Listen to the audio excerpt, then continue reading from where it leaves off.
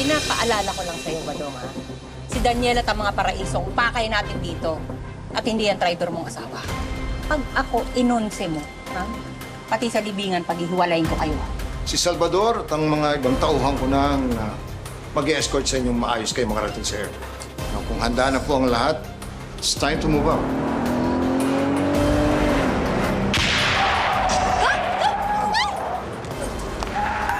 Ambush! Bumaba kayo! Ay! Nasa siyosang! Hindi ko sasabihin! Ate!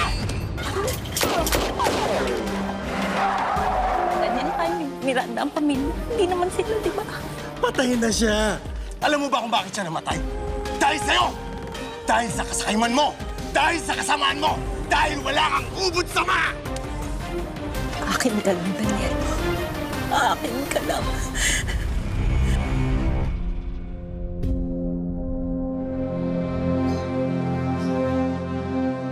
Aling Osang, bakit kayo nasa labas? Gusto mo naman magpahamil sandali para hindi na ako makahinga kasi sa loob.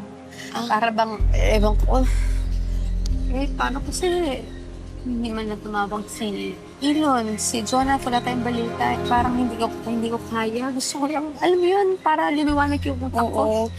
Sigurado naman po ako na gagawin nila Jonas lahat para mahanap sila. Sana nga. Importante sa akin malaman na ligtas ang pamilya ni Baby. Sana din.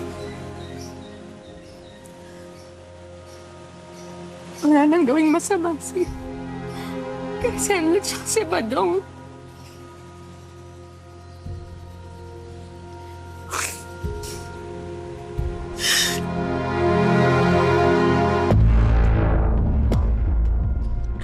Sana mabigyan ako ng pagkakataon na makausap si Badong. Makita ka!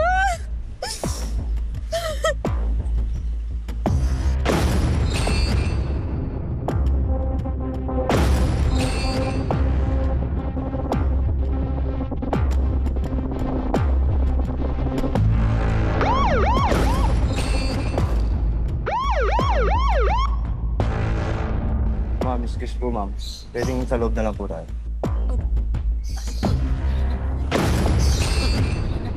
Sige.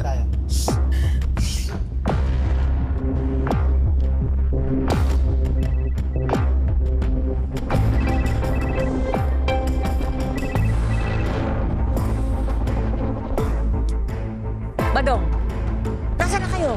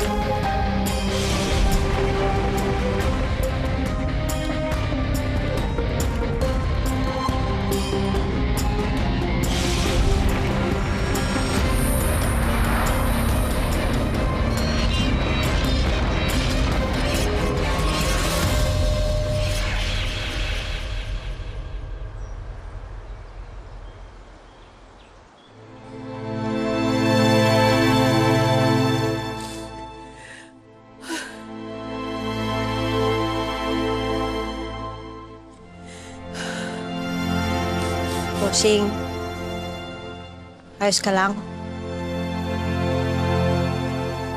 Ano sa palagay mo?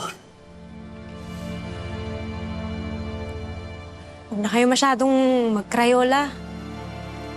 Lalo na dahil doon sa lalaki yun.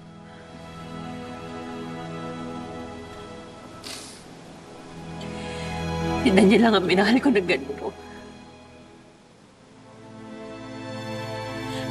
Sa kanya lang umikot ang mundo ko. Kaya hindi ako papahayag na mawala siya sa akin. Hindi ko kaya mag-isa.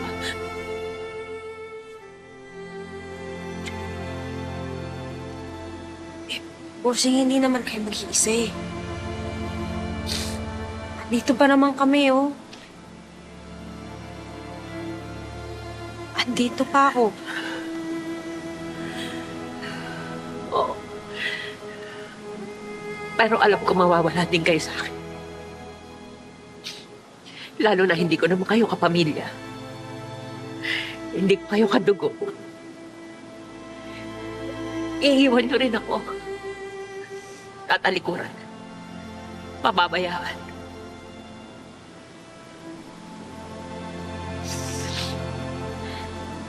Alam ko yung pakiramdam na yung pusing. Tagal na. Simula nung nalaman ko na hindi ko rin totoong magulang si Badong at Osang,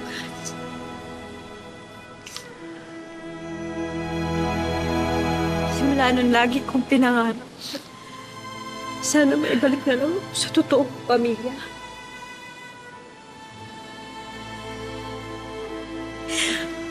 Pero wala eh. Kahit anong gawin ko, kahit anong hanap ko, wala talaga.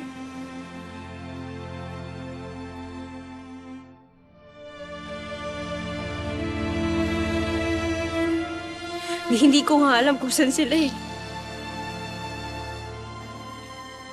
Hindi ko alam kung hinahanap rin ba nila ako.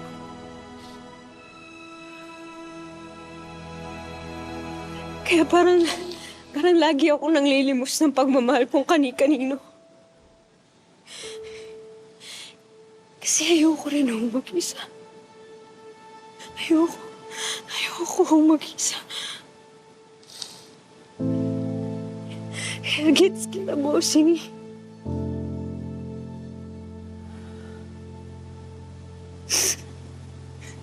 Gusto ko lang naman mahalin ako ni Daniel. Wala na yung anak namin.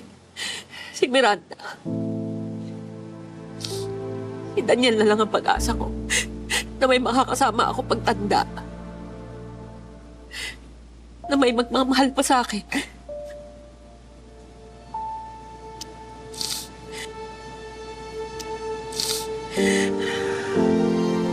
Hindi na akong ipilit. Huwag mo nang ipilit, bossing. Hindi naman siya karapat-dapat para sa inyo eh. Hindi na pahirapan yung sarili niyo. Sabi ko nga sa inyo, dito pa kami. Lalo na ako. Lalo na ngayon, mas naiintindihan ko na kayo. Nararamdaman ko yung nararamdaman niyo.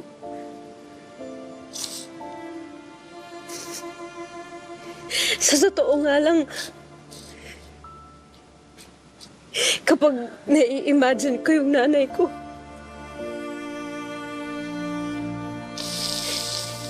kayo yung naiisip ko.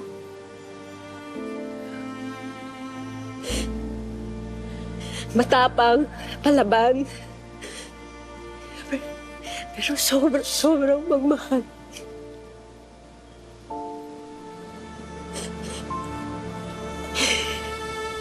Sana nga, pagkatapos ang lahat ng to, yung tapos na ang lahat, pwede na tayo magsimula ulit. Pwede na tayong magbagong buhay. Sana ikaw na lang maging nanay ko.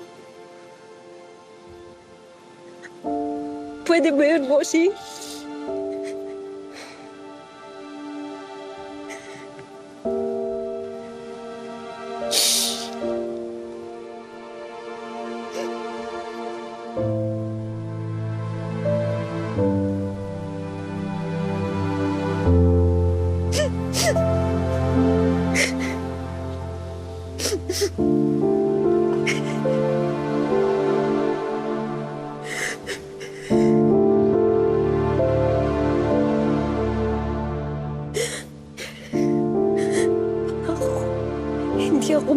ginawa sa'yo.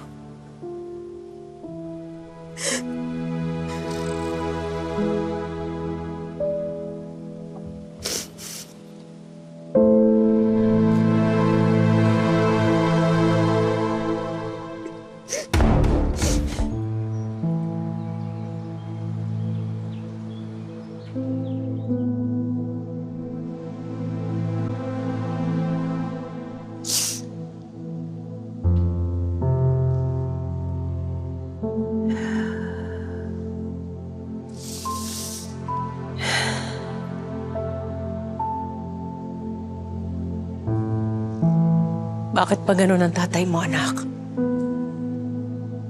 Bakit ba ang hirap sa kanya na mahalin tayo? Ginawa ko naman na lahat. Maniwala ka.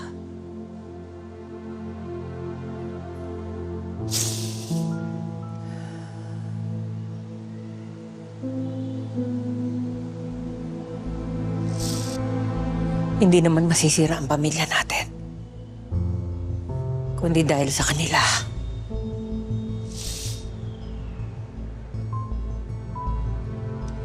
Pinapangako ko sa iyo, anak. Buburahin ko sila sa landas natin. Papatayin ko yung mga anak niya sa harap niya mismo. Para bumalik na sa atin ang tatay mo. Para mabuo na ulit ang pamilya natin, anak.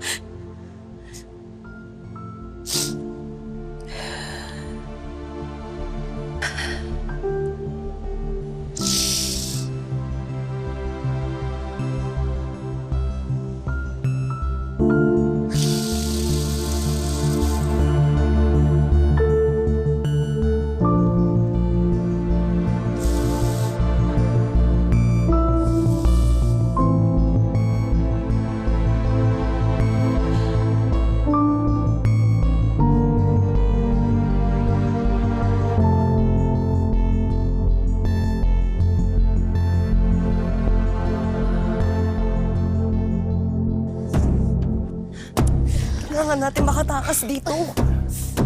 Ano? Wala tayong laban sa kanila. Yung cellphone, wala tayo. Si Amy, hindi natin alam kung anong ginawa sa kanya, kung anong nangyari sa kanya. May paraan, Beth. Ngayon lang tayo nabuo ulit. Hindi ako papayag na ganito lang yung mangyayari sa atin. Hindi ako papayag na gawin kayo uli ng masama nung Griselda na yon. Noon, hindi tayo nagkasama-sama. Ngayon, hindi na tayo magkakahiwa-hiwalay. Hindi ko...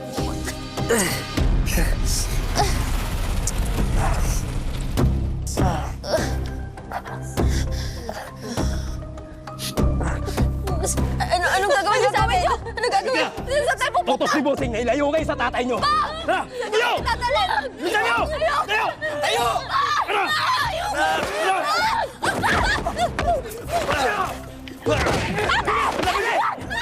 Sige! Umulan ka pa!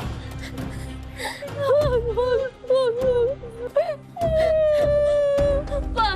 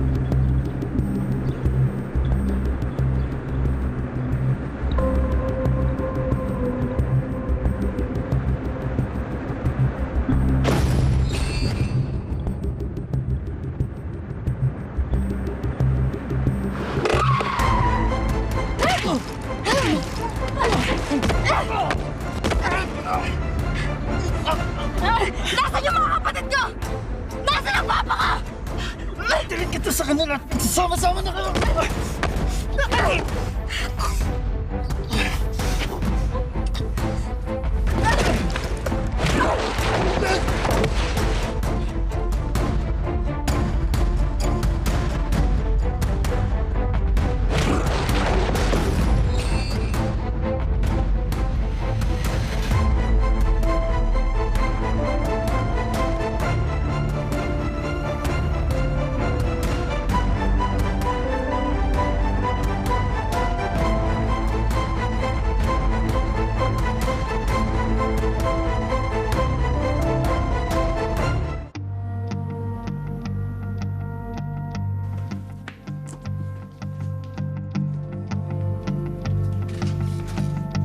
Aling Oso.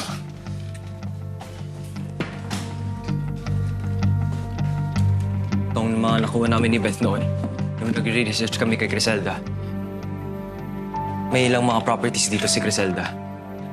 At yung ibang files dito, mga kasong hinawakan ni Mami noon.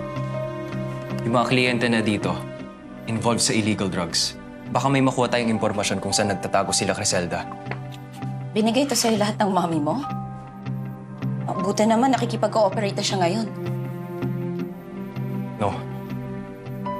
Pero nagawan ko ng paraan na makuha tong mga to na hindi niya alam. Maraming salamat, Ilon, ha. Malaking tulong to. Dadalhin ko to sa presinto pag-aaralan namin. Kung may iba pa kayong kailangan, sabihin niyo lang sa akin, please. Paubayan mo na sa amin to, Ilon. Sir Jonath, tapusin na natin to. Nakulong na si Ma'am. Namatay na si Kuya. Ayokong pati si Beth mawala sa akin. Ayaw nating lahat na may mawala sa kanila. Huwag ka mag-alala, Ilon. Ayoko din mangyari yan. Ayokong magbuwis ng buhay yung mahalagang tao sa atin.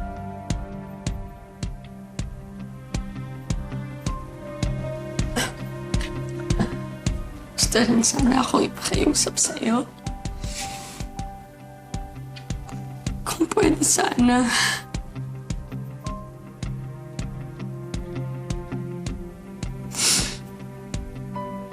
Pag nahuli niyo na si Badong tsaka si Hillary, bigyan niyo naman sila ng pagkakataon na makapagbagong buhay. Huwag na silang papatayin.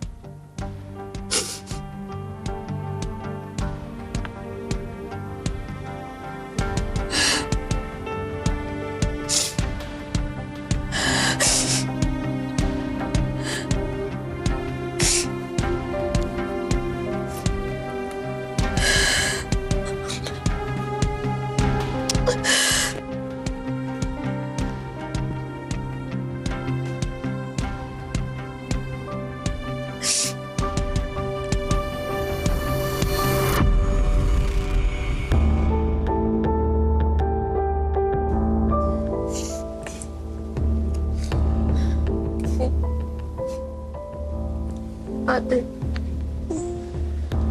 bakit kaya hanggang ngayon wala pa si Amy? Hindi ko rin alam, babe. Kay Papa kaya ang ginagawa nila?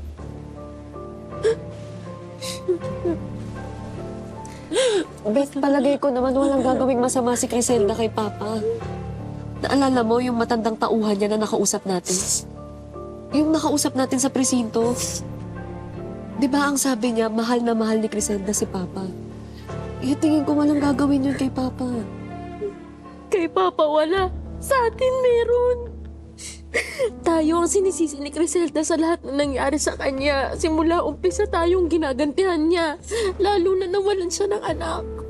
Shh, Beth, huwag ka muna mag-isip. Sige na, wag muna. Bakit? Anong dahilan ni Griselda para buhayin tayo, ate, ha? Wala! Papatayin niya tayo! Beth, makinig ka. Beth, kailangan natin mas magpakatatag ngayon.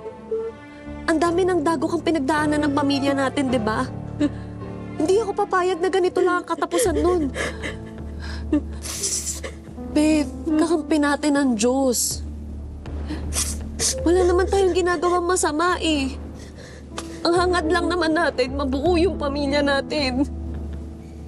Diba? At saka marami pa akong pangarap para sa pamilya natin. Pupunan pa natin lahat ng mga pagkakataon na hindi tayo magkakasama. Diba yun naman yung gusto ng lahat? Ben, lalo na si Papa. Kaya magtiwala ka, ha? Nakapin natin ng Diyos.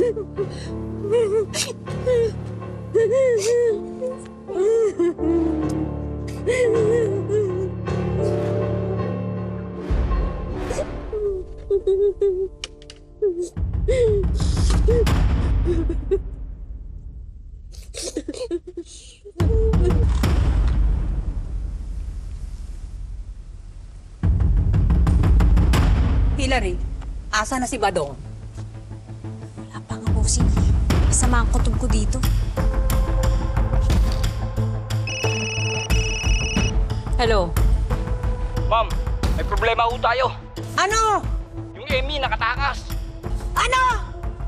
Bakit nakatakas? Badong! Bakit iniwan mo si Amy sa tauhan mo, Pulpon? Ayun! Nakatakas! Umalis ka, hanapin mo siya, Badong. Huwag kang magpapakita sa akin nang hindi mo siya kasama!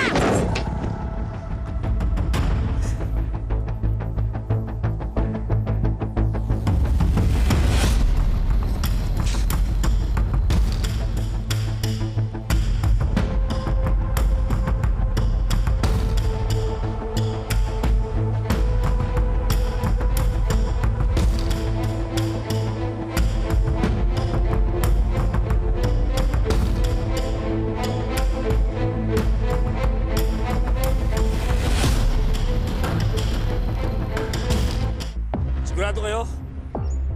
Dito tumakbo yun? Yes, boss. Sigurado ako. Sige. Iwa-iwalay tayo. Kailangan natin mahanap yung babaeng yun. Yes, boss. Doon kayo. Doon kayo. Kalat kayo.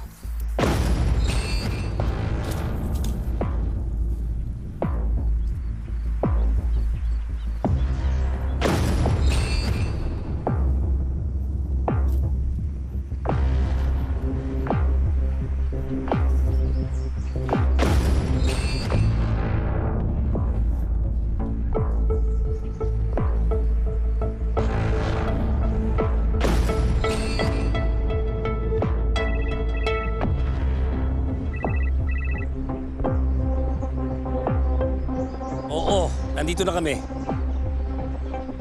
Hindi ako tanga. Hindi mo kailangan ulit-ulitin sa akin ang sinabi ni Bossing.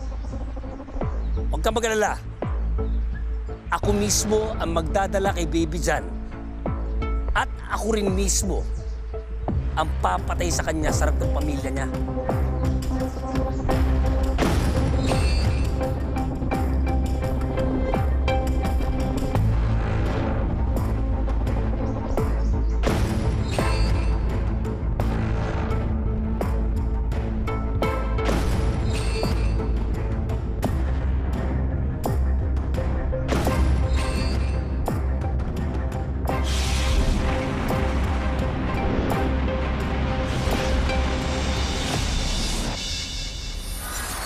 Babalik tayo sa dati. Tayo pa rin hanggang dulo. At mangyayari ng lahat yan. Wala na yung mga anak mo.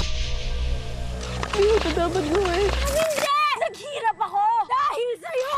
Kamatayan ninyo magkakapatid ang kabayaran sa lahat ng inagaw mo sa akin! Wala akong inagaw sa'yo!